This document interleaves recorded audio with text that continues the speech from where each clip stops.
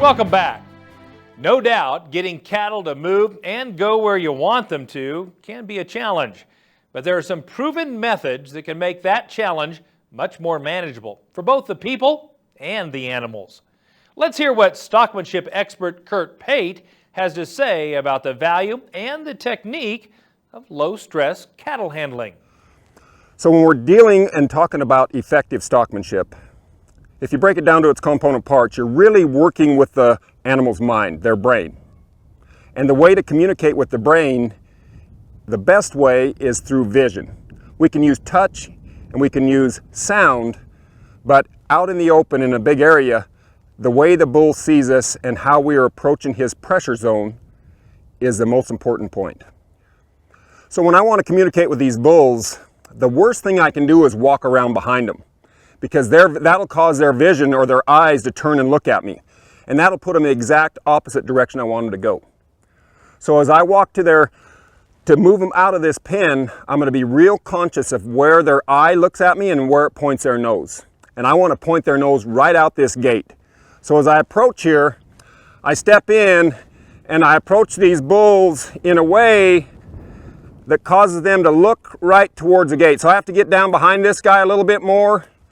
And as he comes across, I'm going to step over here, and as we prepare them, I'll get them all prepared to go, trying to position myself where they're all pointed towards the gate, and I will send them right through the gate. So I'm way up on their side, and now I have control of their flows going through the gate. I can tell each one of them to go through there nice and orderly. I can step back and take the pressure off.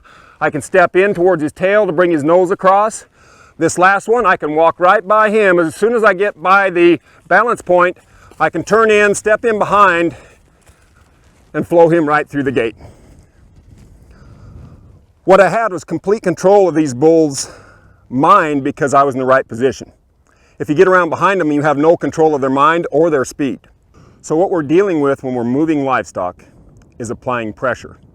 And if you apply the pressure properly, animals seem to like it and respond well to it. And if you apply the pressure wrong, they learn to fight it or hide from it. Bulls don't take pressure good. They like good pressure, but they don't like bad pressure. So as I move these bulls, it's real important to pressure them in the proper way so they keep getting better, or you'll have lots of trouble with your bulls. And your bulls are really your report card on how good your cattle handling is. So at first I look at the big picture here, I see all of them, and the first thing I want to do is just start lining them out, get them, not putting too much pressure on, but get them to change their mind and point them all in the same direction. Once they all get head and tailed the same direction, now they kind of want to go, and all I have to do is step in, pressure him, straighten his nose, step back, ask this one to come forward, step forward. All I'm doing is applying pressure to each bull that needs it at the right time. So I'll send him on, send him on. Now right here, I've got to start widening out to point him towards my gate. As I widen out, I'll turn their heads towards the gate. I'll put some pressure right on this bull here. I'll step up to him. And what I'm going to do is I'm going to keep the pressure on him all the way through. He's going to push the other bull through the gate. Now this positions me here to apply pressure, take it off. I'll open the gap for this bull. He's not going, so I'll move in, apply pressure in the right spot, send him. Now I'm going to send him pretty hard so he pushes his way through the gate. This little guy right here, I'm going to walk right directly by him. As soon as he gets by the breaking point, I'll just go with him. What this does, I'm out to the side, he can see me, and it causes him to push his way through that gate where the other bull's pressure can't push him back. So one of the real stressful tasks that we do with any animals in the beef industry is sorting. That can put more pressure on than anything. But with bulls, it's not only the pressure of the handler, but the pressure of the other bulls too. So I like to sort bulls in a bigger pen. I actually like to sort all cattle in a bigger pen, but this will be a good way to show that these bulls can be sorted in a bigger area where they don't feel so confined, and it'll just work out safer and better for everybody. So the first thing I want to do is, again, get them pointed towards the gate. So I position myself to get things lined out. And as soon as we get them positioned, now I can decide I can let him go because they know how to go by me. I'll keep this calf here, I'll keep this younger one. Send him to the back.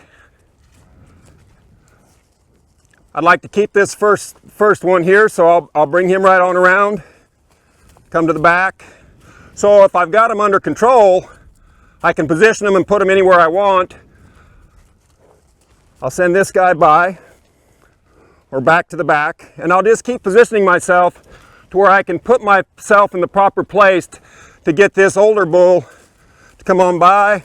I'll just walk with him. As I stop here, all the bulls are looking at me and wanting to go. This way they stay good at getting sorted or worked, but I got my sort done real low stress. Don't forget, the Beef Quality Assurance Program provides guidelines and training about best practices in beef production.